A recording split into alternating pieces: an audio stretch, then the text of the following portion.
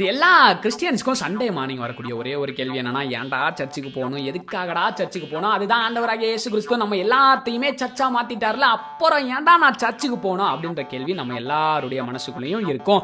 நீங்க சொல்றது 100% சரிதாங்க. ஏன்னா ஆண்டவராகிய இயேசு கிறிஸ்து நம்ம எல்லாத்தையுமே சர்ச்சா மாத்திட்டாரு. அப்படி இருந்தா சர்ச்சுக்கு போறது சரியா தப்பா, ஏன் போகணும், எதுக்காக போகணும், எந்த சர்ச்சுக்கு போகணும் அப்படின்றத நம்ம இன்னைக்கு இந்த வீடியோல பார்க்க போறோம். அதுக்கு முன்னால சர்ச்னா என்னன்னு சொல்லி பார்க்க போறோம். சர்ச்னா நம்ம நினைக்கிற மாதிரி பில்டிங்கோ இல்ல அழகான அறிவான அமைதியான இடமோ இல்ல. அப்புறம் சர்ச்னா என்னடா அப்படின்னு சொல்லி கேட்டீங்கன்னா, சர்ச்னா கிரீக்ல எக்லீசியா அப்படின்னு சொல்லுவாங்க. கிரீக்கா இங்கிலீஷ்ல பாப்போம். Called out assembly or gathering. தமிழ்லயே பாத்துறலாம், வேறு பிரிக்கப்பட்டவர்களின் கூடுகை அப்படின்னு சொல்லுவாங்க. அதாவது நீங்க ஒரு ஆலயம், நான் ஒரு ஆலயம், நம்ம எல்லாருமே சேர்ந்து வரது ஒரு ஆலயங்க. அதுதான் பாட்டு பாடி துதிக்கிறதுக்கும், அப்புறமா காணிக்கை கொடுக்கறதுக்கும், முக்கியமா தேவனுடைய வார்த்தையை கேட்கறதுக்கும் ஆன்லைன் சர்வீஸ் இருக்குல்ல, அப்புறம் ஏன் போகணும் அப்படின்ற சில காரணங்களுக்காக மட்டும் சர்ச்சுக்கு போகிற நீங்க வேறு சில முக்கியமான காரணங்களும் சர்ச்சுக்கு போறதுக்காக இருக்குதுங்க. அந்த காரணம் என்னன்னு தான் அடுத்ததா நம்ம பார்க்க போறோம். ஃபர்ஸ்ட் ஒன், ஐக்கியத்திற்காக. பைபிள்ல 60 தடவைக்கு மேல ஒன் அனதர் அப்படின்ற வார்த்தையை யூஸ் பண்ணிருக்காங்க. கிறிஸ்டியானிட்டின்றது ஏதோ சோலோ ஆக்டோ இல்ல சோலோ பெர்ஃபார்மன்ஸோ கிடையாதுங்க. யோசித்து பாருங்களேன், இயேசு கிறிஸ்து வேற நமக்கு எல்லாருக்குமே பிரதானமான கற்பனையை ஒண்ணு கொடுத்திருக்காரு. என்னன்னா, ஒன்ன நேசிக்கிறது போல மத்தவன நேசி அப்படின்னு சொல்லிட்டு. வீட்டுக்குள்ளே உட்கார்ந்துட்டு எப்படிங்க மத்தவன நேசிப்பீங்க? அதனால நீங்க கண்டிப்பா சர்ச்சுக்கு வந்தா மட்டும்தான் நல்ல ஒரு தேவ ஐக்கியத்துல வளர முடியும். அப்புறமா ஆவிக்குரிய வார்த்தைகளை கேட்டு ஆவிக்குரிய வாழ்க்கையில நீங்க வளர தேர சர்ச் உங்களுக்கு ஒரு ஹெல்ப்ஃபுல்லான இடமாக இருக்கும். மூணாவதா, நமக்கு தேவன் கொடுத்த டேலண்ட்ஸ், கிஃப்ட்ஸ் இதெல்லாம் கணக்கு கேட்பாரு மக்களே. அதனால இந்த டேலண்ட்ஸ், கிஃப்ட்ஸ் இதெல்லாம் நீங்க யூஸ் பண்றதுக்கு கண்டிப்பா ஒரு சர்ச்சுக்கு போயே ஆகணும். நாலாவதா, உங்க குழந்தைய ஆவிக்குரிய வாழ்க்கையில நடத்துவதற்கு ஒரு பெஸ்ட் பிளேஸ் எதுன்னு கேட்டீங்கன்னா, நான் ரெஃபர் பண்றது சர்ச் தான். என்னன்னா, மாரல்ஸ், வேல்யூஸ் இதெல்லாம் கத்து கொடுத்து, டிசிப்ளினா என்னன்னு சொல்லி கொடுத்து, உங்க குழந்தைங்க கிட்ட இருக்கிற டேலண்ட்ஸ், கிஃப்ட்ஸ் இதெல்லாம் வெளியே கொண்டு வந்து உங்க குழந்தைங்களை ஒரு பெஸ்டான சில்ட்ரனாக மாற்றுவதற்கு ஒரு பெஸ்ட் பிளேஸ் எதுனா சர்ச் தான். அதனால நீங்க கண்டிப்பா சர்ச்சுக்கு போய் தான் ஆகணும். அடுத்ததா, தேவையான ஆலோசனைகள் கிடைக்க. என்னன்னா, நீங்க ஒரு கடினமான சிச்சுவேஷனுக்குள்ள போயிட்டு இருப்பீங்க. அதே சிச்சுவேஷனை இன்னொரு பிலீவர்ஸ், இன்னொரு பாஸ்டர்ஸ் அந்த சிச்சுவேஷனை ஈஸியா வெற்றியாக கடந்து வெளியே வந்திருப்பாங்க. சோ அவங்க கொடுக்கிற ஆலோசனைகளும் அவங்க கிட்ட இருந்து வர உதவிகளும் உங்களுக்கு கண்டிப்பா ஹெல்ப்ஃபுல்லா இருக்கும். அதனால நீங்க சர்ச்சுக்கு போகலாம். அடுத்ததா, எபிரேயர் 10:25 பவுலையா நம்ம எல்லாருக்குமே ஒரு கட்டளையை கொடுத்திருக்கிறாரு. என்னன்னா, சபை கூடி வருதலை சிலர் விட்டு விடுகிறது போல நீங்களும் விட்டு விடாது இருக்க கடவீர்கள் அப்படின்னு. சோ அதனால நீங்க சர்ச்சுக்கு போயே ஆகணும். ஏழாவதா, சேவை செய்ய, அன்பை வெளிக்காட்ட, ஆறுதல் சொல்ல ஒரு இடம் அப்படின்னு சொல்லி கேட்டீங்கன்னா அது சர்ச் தான். எட்டாவதா, இயேசு கிறிஸ்து நம்ம எல்லாருக்குமே சொன்ன கட்டளை எதுன்னு சொல்லி பாத்தீங்கன்னா, go and make the disciples. நீங்கள் உலகமெங்கிலும் புறப்பட்டு போய் சகல ஜாதிகளையும் சீசராக்குங்கள் அப்படின்னு சொல்லி கொடுத்திருக்கிறாரு. நம்மள சீசரா ஆக்குவதற்கும் மத்தவங்கள சீசரா மாத்துவதற்கும் ஒரு நல்ல இடம் எதுன்னு கேட்டீங்கன்னா அது சர்ச் தான். அதனால நீங்க கண்டிப்பா சர்ச்சுக்கு வந்தே ஆகணும். இப்போ உடம்ப வளர்க்கணும்னு வச்சுக்கோங்களேன், நம்ம எல்லாருமே போறது ஜிம்.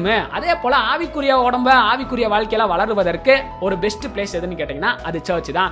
இந்த மாதிரியான நிறைய காரியங்கள் சர்ச்சுக்கு வரதுக்கு அப்படின்னு சொல்லி இருந்தாலும், நான் சர்ச்சுக்கு வர மாட்டேன், அதுக்கும் என்னட்ட நிறைய காரணங்கள் இருக்குது அப்படின்னு சொல்லி நிறைய பேர் சுத்திக்கிட்டு இருக்கிறாங்க. சோ அதுல ரொம்ப ரொம்ப முக்கியமான காரணம் என்னன்னு பாத்தீங்கன்னா, பஞ்சாயத்து. என்னடா பஞ்சாயத்தா?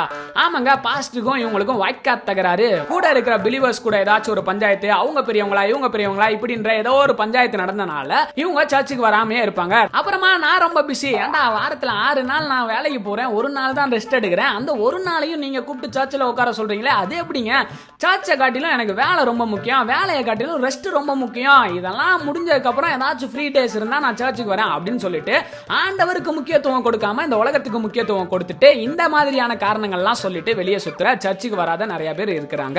அடுத்ததா, ரொம்ப பேர் சொல்ற ஒரு முக்கியமான ரீசன் என்னன்னு பாத்தீங்கன்னா, நல்ல சர்ச் எதுன்னு என்னால கண்டுபிடிக்க முடியல, அதனால நான் சர்ச்சுக்கு போறதே கிடையாது, எல்லா சர்ச்சுமே ஃப்ராடு தான், எல்லா பாஸ்டர்ஸுமே ஃப்ராடு தான், அதனால நான் ஏன் சர்ச்சுக்கு போகணும் அப்படின்னு சொல்லிட்டு சுத்துற நிறைய கூட்டமும் வெளியே இருக்குது. நாலாவதா, பிசிக்கலா இல்னஸ், அப்புறமா எங்க குடும்ப சூழ்நிலை அதனால என்னால வர முடியல அப்படின்னு சொல்ற நிறைய நல்ல ரீசன்ஸும் இருக்குது. இந்த மாதிரியான ஏதோ தவிர்க்க முடியாத காரணங்களுக்காக சர்ச்சுக்கு போகாம இருக்கலாங்க. ஆனா மேல சொன்ன இந்த பஞ்சாயத்து, அப்புறமா நான் ரொம்ப பிஸி, அப்புறமா நல்ல சர்ச்சை கண்டுபிடிக்க முடியல, இந்த மாதிரியான மொக்கையான காரணங்களுக்காகலாம் நீங்க சர்ச்சுக்கு போகாம இருந்தா கண்டிப்பா ஆண்டவராகிய இயேசு கிறிஸ்துட்ட நீங்க கணக்கு கொடுத்தே ஆகணும்.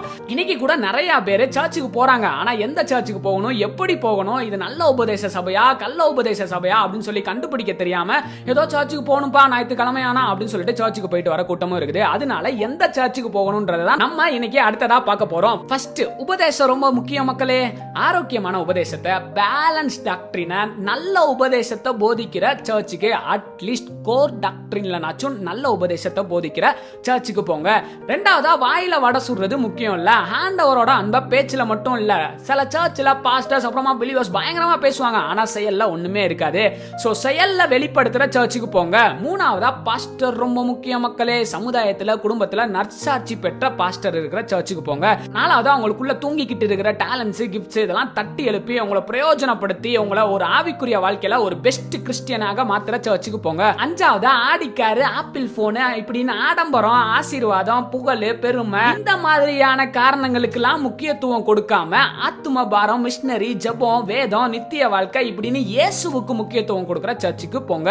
ஆறாவதா தரிசனம் இல்லாத இடத்துல ஜனங்கள் சீர்கெட்டு போவார்கள் அப்படின்னு வேதத்துல சொல்லி இருக்குது. சோ தரிசனம் உள்ள உங்களை இயேசுவை போல மாத்தணும்ன்ற முக்கியமான தரிசனம் உள்ள சர்ச்சுக்கு போங்க. ஏழாவதா சமுதாய சேவை, அப்புறமா ஏழைகளுக்கும் திக்கற்றவர்களுக்கும் இறங்குகிற சர்ச்சுக்கு போங்க. எட்டாவதா ஜெனரேஷன் கேப்ப புரிஞ்சுக்கிட்ட, அப்புறமா கல்ச்சரல் கேப்னா என்னன்னு சொல்லி அண்டர்ஸ்டாண்ட் பண்ண தெரிஞ்சுக்கிட்ட பாஸ்டர் இருக்கிற சர்ச்சுக்கு போங்க. இன்னைக்கும் நிறைய வாலிப பசங்க வெளியே இருக்கிறாங்கன்னா அதுக்கு காரணம் யாருன்னு பாத்தீங்கன்னா பாஸ்டர்ஸ் தான். இந்த ஜெனரேஷன் கேப்ப புரிஞ்சுக்கிறாத பாஸ்டர்ஸ். ஏன்னா அவங்க காலத்துல அவங்க ஃபாலோ பண்ண பைபிள்ல இல்லாத நிறைய ரூல்ஸ் அண்ட் ரெகுலேஷனை இன்னைக்கும் நீங்க இதை தான் அப்ளை பண்ணணும் அப்படின்னு சொல்லிட்டு அவங்கள்ட்ட திணிக்கிறதுனால அவங்க வெளியே போயிடுறாங்க. அதனால ஜெனரேஷன் கேப்ப புரிஞ்சுக்கிட்ட பாஸ்டர்ஸ் உள்ள சர்ச்சுக்கு போங்க. ஒன்பதாவதா காஸ்ட் பார்க்காத, பார்ஷியாலிட்டி பார்க்காத, பணத்துக்கு முக்கியத்துவம் கொடுக்காத, காணிக்கையை எதிர்பார்க்காத பாஸ்டர் இருக்கிற சர்ச்சுக்கு போங்க. பத்தாவதா லாஸ்டா காடுக்கு செவி கொடுக்கிற, தாழ்மையா நடக்கிற, அன்பா இருக்கிற, சேவை மனப்பான்மையோட இருக்கிற சர்ச்சுக்கு போங்க. இதெல்லாம் எப்படிரா இங்க இருக்கும், வேணா பரலோகத்துல வேணாலும் இந்த மாதிரி சர்ச் இருக்கும்னு நினைக்கிறேன் அப்படின்னு சொல்லி நினைச்சீங்கன்னா கண்டிப்பா கிடையாதுங்க. இங்கேயும் அந்த மாதிரி நிறைய சர்ச் இருக்குதுங்க. தேடுங்கள் அப்பொழுது கண்டடைவீர்கள். நல்ல சர்ச்சை தேடி போங்க. நல்ல உபதேசம் இருக்கிற சர்ச்சை தேடி போங்க. கண்டிப்பா நிறைய சர்ச்சஸ் இங்கேயும் இருக்குதுங்க. சோ சர்ச்சுக்கு போங்க, நல்ல சர்ச்சுக்கு போங்க. இயேசுவை போல மாறுங்க. பிதாவினுடைய ராஜ்யத்தை கட்டுங்க.